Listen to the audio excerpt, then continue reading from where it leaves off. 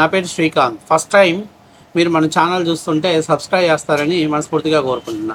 ఇక విషయంలోకి వెళ్తే అరకోటు జాడా శ్రావణ్ ఇప్పుడు దాకా కోటిలో కోటు కొనుక్కొచ్చుకొని ఊరు వాడ తిరుగుతున్నాను అనుకున్నా. కానీ ఒక పక్కా ప్రణాళికతోటి మనోడు ఆంధ్రప్రదేశ్కు డిప్యూటీ సీఎం కావాలని కళ్ళగంటున్నాడు.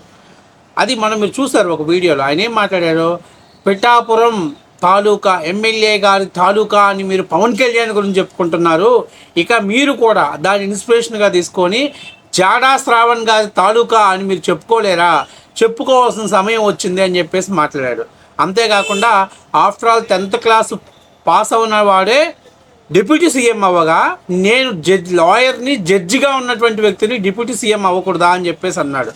సో అప్పుడు మనకు అర్థం కాల. అయితే ఇక్కడ చాలా ముఖ్యమైన విషయం ఏంటంటే చదువు సంస్కారాన్ని నేర్పదు. ఎప్పుడు కూడా ఒక వ్యక్తి అంటే దాన్ని ఏమంటారు, పెద్దోళ్ళు మనకు సామెత చెప్తారు. మామూలుగా శరీరానికి అంగవైకల్యం ఉంటే అది దేవుడి లోపం, కానీ మనసుకు అంగవైకల్యం ఉంటే అది మన లోపం. దాన్ని మించినటువంటి దరిద్రం ఇంకోటి ఉండదు. జాడా శ్రావణ్ నువ్వు ఉప ముఖ్యమంత్రి కావాలనుకోవటంలో తప్పు లేదు. మేము కూడా మనస్ఫూర్తిగా అభినందిస్తున్నాం. ప్రజాక్షేత్రంలోకి వెళ్ళు, కొట్లాడు, ప్రజల సమస్యల మీద పోరాడు. కానీ ఇప్పుడు అలా చెయ్యాలంటే మన జాడా శ్రావణ్కి అంత తెలివితేటలేవు.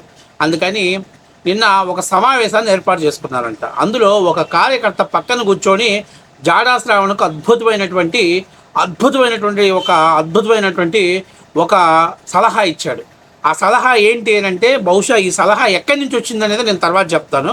ఆ సలహా ఏంటిది అనేది మీకు ఒక ఆడియో క్లిప్ వేస్తా. అది మీకు అర్థం కాదు, తర్వాత నేను క్లియర్గా మీకు వినిపిస్తాను. ఆ ఆడియో క్లిప్లో జాడా శ్రావణ్ రాష్ట్రంలో అల్లర్లు సృష్టించి ప్రభుత్వాన్ని అస్థిరత్వపరిచి ఈ ప్రభుత్వాన్ని పడగొట్టాలనేటువంటి ప్లాన్ వేశారు. ఈ ప్లాను ఎక్కడి నుంచి వచ్చింది, ఎలా అమలు చేయాలనుకుంటున్నారు? 2019 ముందు ఇదే ఒకటి తునిలో ఒక సంఘటన జరిగింది.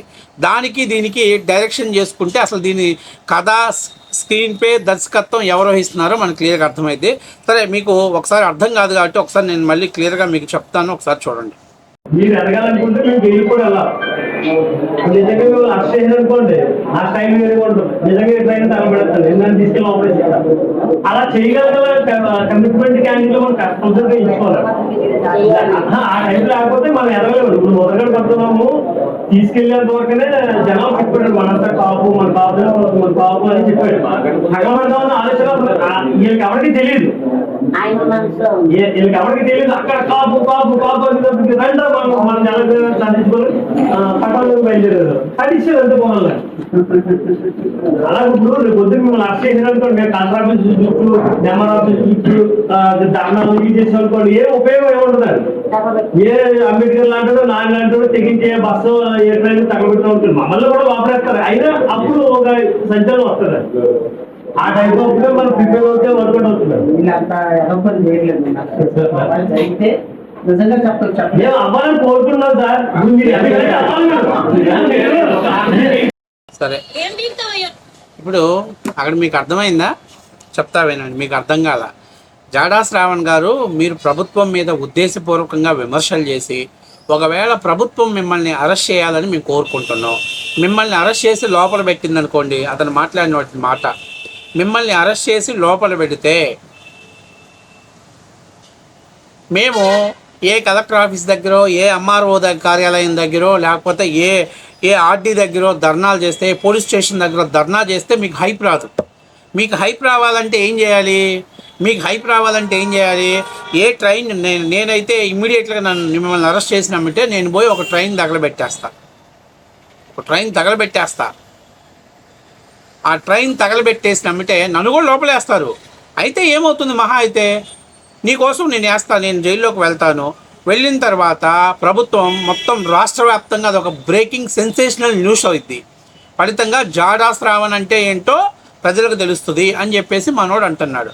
దానికి జాడా శ్రావణ్ ఏమంటున్నాడంటే, ప్రభుత్వం ఎప్పుడు అంత నిర్ణయం తీసుకోదులేండి అని అంటే మనోడికి తెలుసు, ఈ ప్రభుత్వం ఎప్పుడూ ఎక్కడా తొందరపాటు నిర్ణయం తీసుకోదు. ఈరోజు జాడా శ్రావణ్ కావచ్చు, ఇంకా కొంతమంది నాయకుల్ని వాళ్ళు ఇష్టాసారంగా మాట్లాడుతున్నా ఎందుకు అరెస్ట్ చేయలేకపోతున్న పరిస్థితి ఏంటంటే, ఎక్కడ వాళ్ళు కులం కార్డు వాడుకొని రాజకీయ లబ్ధి పొందాలని చూస్తున్నారు. అంటే ఈ రాష్ట్రంలో నిన్న దళిత క్రిస్టియన్ సభ అనేది పెట్టి ఉద్దేశపూర్వకంగానే సభను ఏర్పాటు చేసి ఆ సభ మీద నుంచి కావాలని రెచ్చగొట్టే విధంగా డిప్యూటీ సీఎం గారిని, డిప్యూటీ స్పీకర్ గారిని, ముఖ్యమంత్రి గారిని, అలాగే హిందువుల్ని అగౌరవపరుస్తూ వీళ్ళు మాట్లాడారనేది 100% నిజం. అంటే ఇది ఉద్దేశపూర్వకంగానే జరిగింది. ఇప్పుడు ఈ ఆడియో కాల్స్ మీకు క్లియర్గా సారాంశం అర్థమైందా? శ్రావణ్ ఏమంటున్నాడంటే ప్రభుత్వం అంత నిర్ణయం తీసుకోదు, మీరు ఆవేశపడకండి.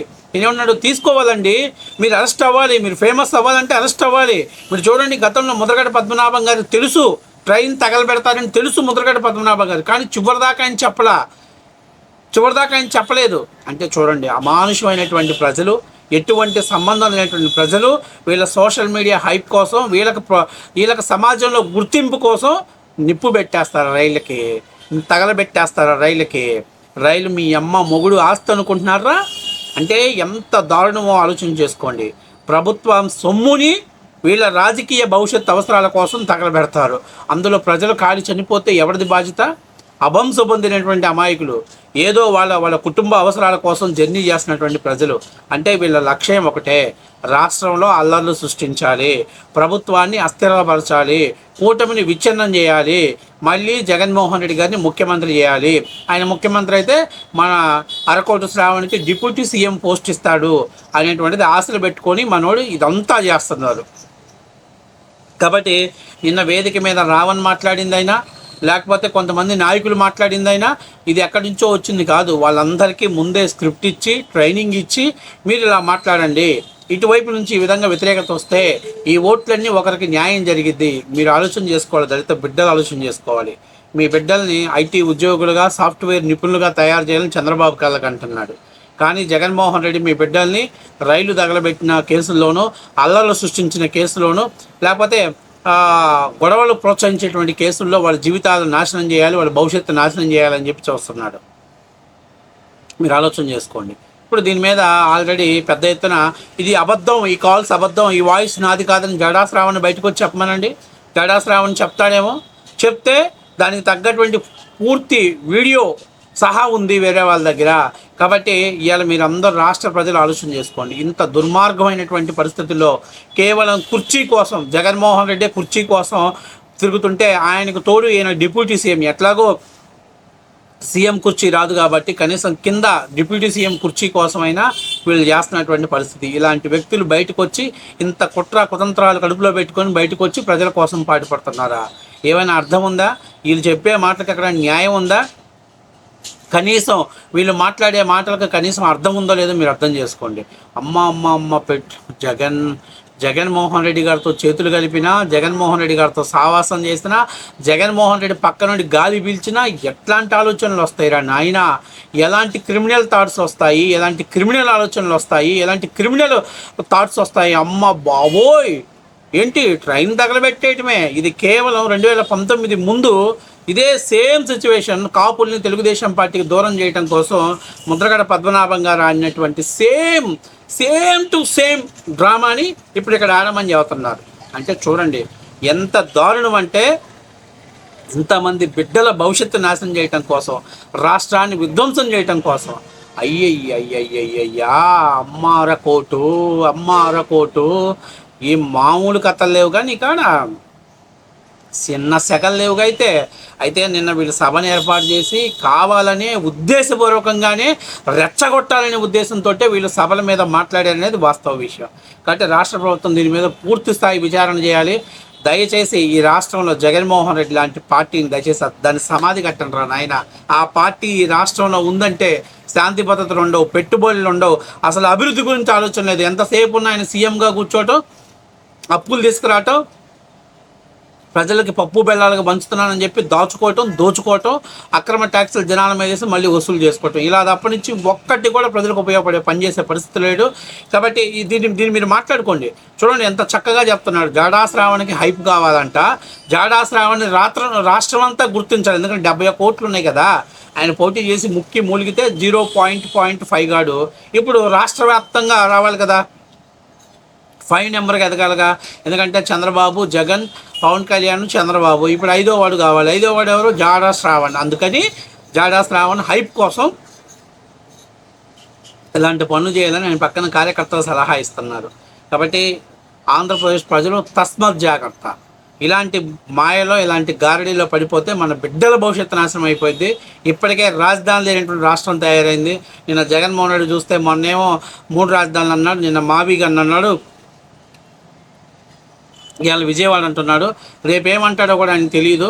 కాబట్టి దయచేసి మీ బిడ్డల భవిష్యత్తును దృష్టిలో పెట్టుకొని ఇలాంటి చీప్ పాలిటిక్స్ చేసి, ఇలాంటి చిల్లర పాలిటిక్స్ చేసే వాళ్ళని రాష్ట్రం నుంచి తరిమేయాల్సిన బాధ్యత మీ చేతిలో ఉన్నదనేది వాస్తవ విషయం.